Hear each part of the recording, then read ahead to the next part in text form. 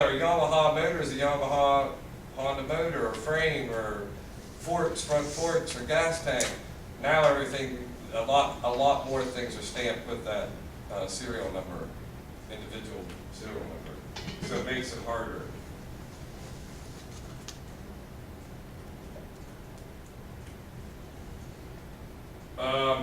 Craftsman tools, Snap-on tools, those are great things to fence. Any contracting equipment, generators, air compressors, paint sprayers, all that, sawzalls, steel chainsaws, any of your steel power line equipment, great defense at a pawn shop. Sells like hotcakes.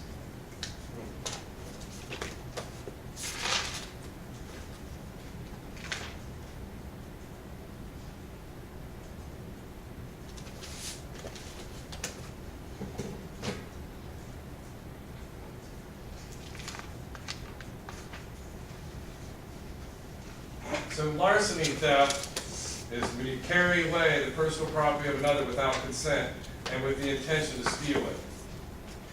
The most commonly committed crime can be simple or grand.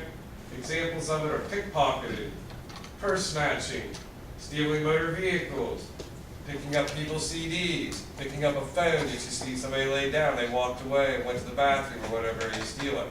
That's larceny. Right? There's usually a lack of witnesses or other concrete evidence makes larceny difficult to solve. According to the FBI in 2014, there was 5,665,392 offenses. Annual losses are estimated at $7.6 billion and about $1,259 per incident. 23% of the larceny thefts were motor vehicles, almost a quarter. Check fraud has boomed. Personal computers or high-quality copiers make it easy to forge checks. Customers don't safeguard their account numbers. Banking competition doesn't allow for fraud detection procedures for fear of inconveniencing customers. This is one ladies commit more so than men. If you find statistics that say different than that, let me know. Challenge to any ladies, but this is a ladies' crime. And when we get into the embezzlement usually is a ladies' crime. Because there's no physical violence to it. And a lot of times they work in jobs in bookkeeping. And have access to cash and can embezzle it.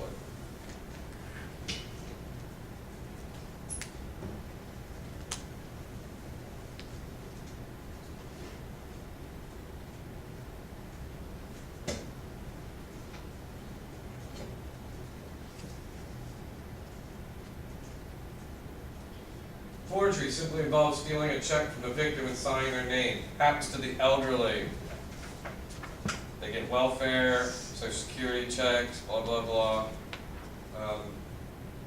That's where you see that at. If you don't see it that way, you see it in children. Stealing parents or grandparents or whatever. Family members stealing from other family members because they're aware of it. Check kiting. Everybody should know this one, even if you're not in criminal justice. Involves drawing cash on accounts made up from uncollected funds by using two different banks. The offender can draw funds against each other, cheating the bank out of its own funds. You're writing a check to one account that doesn't have any money. You're playing around robbing with banks. There's no money in any of them.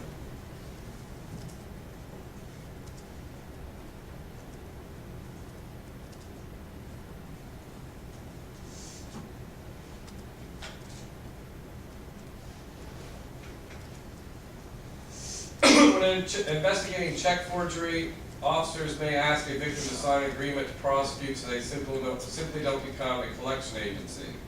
Which basically is, you took my check, Johnny, nephew, son, brother, out of my checkbook, out of my car.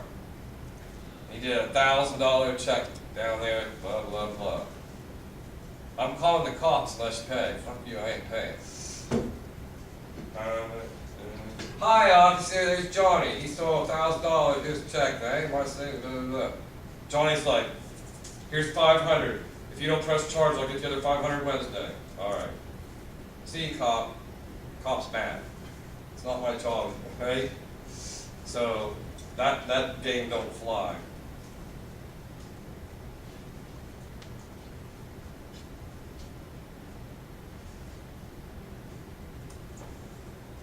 Embezzlement typically consists of employees or an organization stealing large amounts of money over a long period of time. Once was a trusting relationship. Perpetration once had lawful possession of the belongings, property was stolen and converted to a form of possession contrary to the relationship, and criminal intent to temporarily or permanently deprive the victim. I would go to Barnesville City Building and pay my income taxes in cash, they're crazy, right? In cash, and they would give me a receipt. So I did it 2 years ago, 2 or 3 years. Anyway, she wrote me the receipt, and I went on my way. Roughly a year later, after the High Auditor's Office did an audit at the request of the village administrator on the village clerk, she had stolen my 500. It was like always $600. She took my $600, put it in her pocket, wrote me a receipt for it, and they knew she did it. And they called the auditor's office, and they did their investigation and caught her out. And they caught other stuff too, but yeah, she embezzled it. Thought that was funny. Anyway, and they never called and told me, hey, Brett, And then when the auditor put out their report, which was published on the website, which in the council news they said it was published. So I went to the link, found it, read down through it. I checked all my taxes it was the exact amount, like right down to the 24 cents. So it was mine, they never did contact me and say, hey, Brett, yours is the one she stole, and blah, blah, blah. Anyway. Thought that was interesting.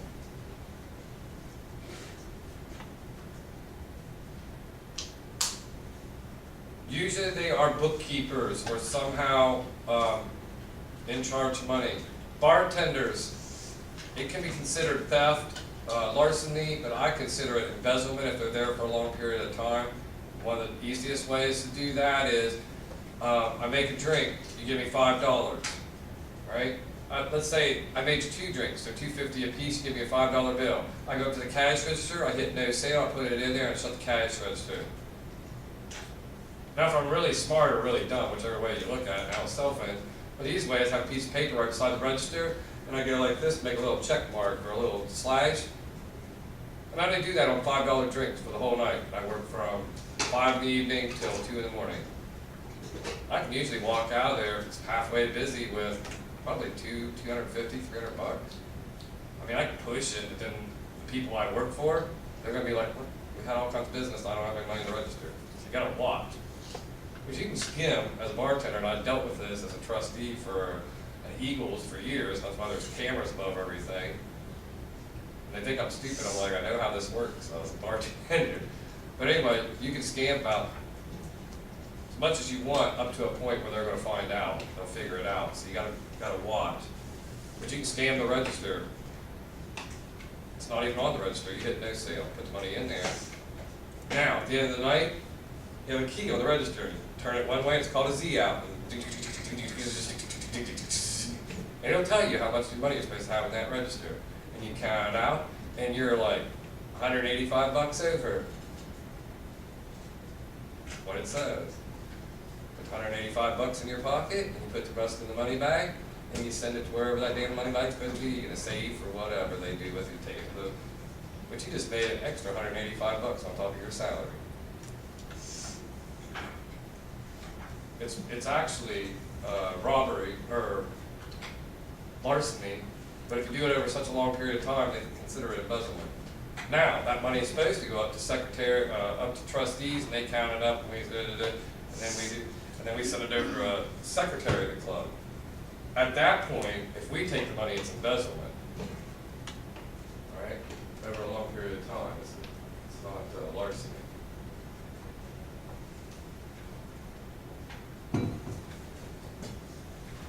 Trusting relationship.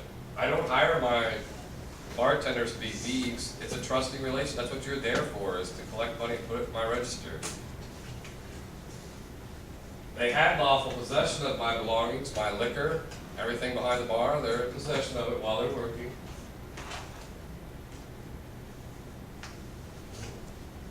Yep, embezzlement.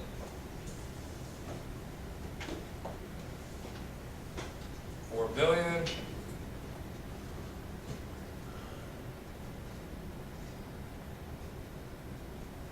Oh, investigators must show that the suspect first accepted the property in the scope of employment and then misappropriated it for their own use, time consuming, follow the paper trails, counting knowledge is valuable, stealing cash is hard to trace. Well, once again, I'll go back to Eagles. I was a trustee, gave a credit card, they're supposed to go to Sam's Club. Go to Sam's Club, bring back the receipt. I inventoried the shit. Not all the shit's there. It's $800 and some from Sam's Club, and it was 5 cases of toilet paper. There's only 4 of them. We got some dumb shit that I don't even know what it is. It's like a ham. There ain't no ham in our fridge. Where is this shit at? It was going to her house. Fired her. Right? But I followed the paper trails. I simply took the Sam's Club and went back through, like right after she left. Came, put everything in the Eagles, you know, and filed the paperwork, and it was in the safe. I come right in, right behind her, they called me, I come right in, pulled the paperwork out of the safe, got the receipt, went through with another trustee, and inventoried everything she brought in, and lo and behold, about $200 worth of stuff wasn't there. Gone. Should have filed charges.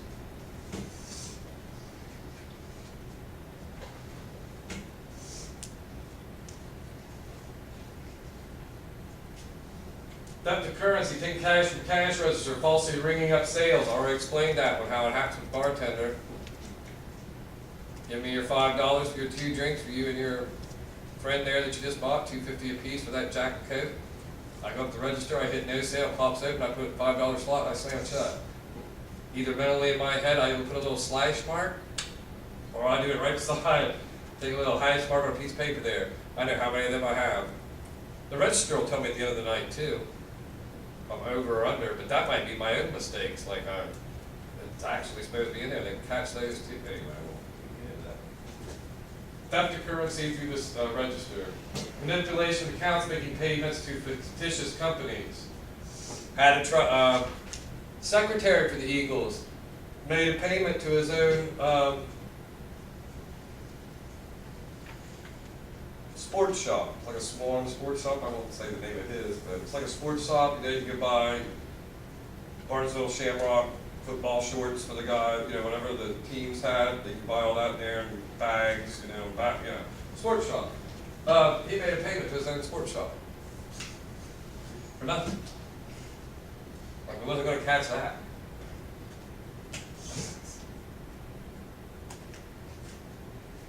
Retail theft, stealing merchandise by employees, or pilferage, marking items as damaged and then taking them. Yeah, that happens. I've seen customers take and put stuff at Walmart onto the clearance aisle trying to make that shit work. Credit card fraud is a growing problem in worldwide. Issue of counterfeit cards costs $1.6 billion a year at false charges. Security of the credit card is very important. Credit cards get into criminal hands through burglaries, robberies, mailbox theft, and false applications.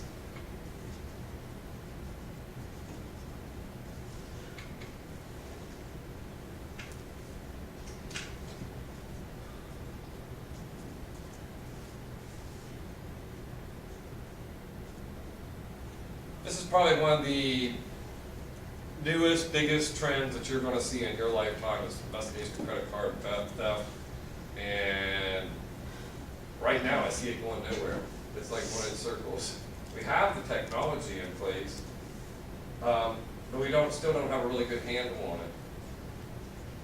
And even, this is one of the areas where I just don't know how this is gonna play out over your young people's lifetime. Because we don't seem to have a handle on it now. And as much as I'm like into MacBooks and kind of up on stuff, I'm not sure how they are going to secure that for future generations. How that's gonna work.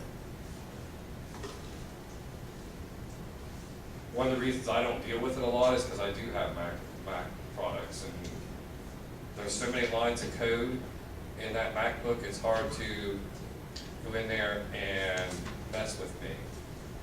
But everything that's non-Mac, all your PCs, all your Androids, that's called open source software. It's very easy for people to write a few codes and really mess with your shit. Mine's messable with, you can mess with it, but it takes lots and lots and lots and lots more time for you to do the same thing that you could do to all Android or PC devices with 10 minutes worth of work, writing code. Does that make sense? That's why I try to stay on Apple product. In the future, without the head of the company, Steve Jobs, them guys, I kind of worry about what's going to happen with Mac, and we will still remain on top. But I will tell you, a company that went under and I thought was going to have great success because the U.S. government went to them at the beginning. Remember the phones that you could do the little beep beep beep beep, and they was like walkie-talkies? Remember that? Yes, they were called, but anyway, it was a takeoff of that. What's the phones that they just took off the market, everybody had? BlackBerries, right? Did everybody know that BlackBerries were encrypted end-to-end, user to user, and the government was using them because they were pretty much military-grade encryption there for a long time? See,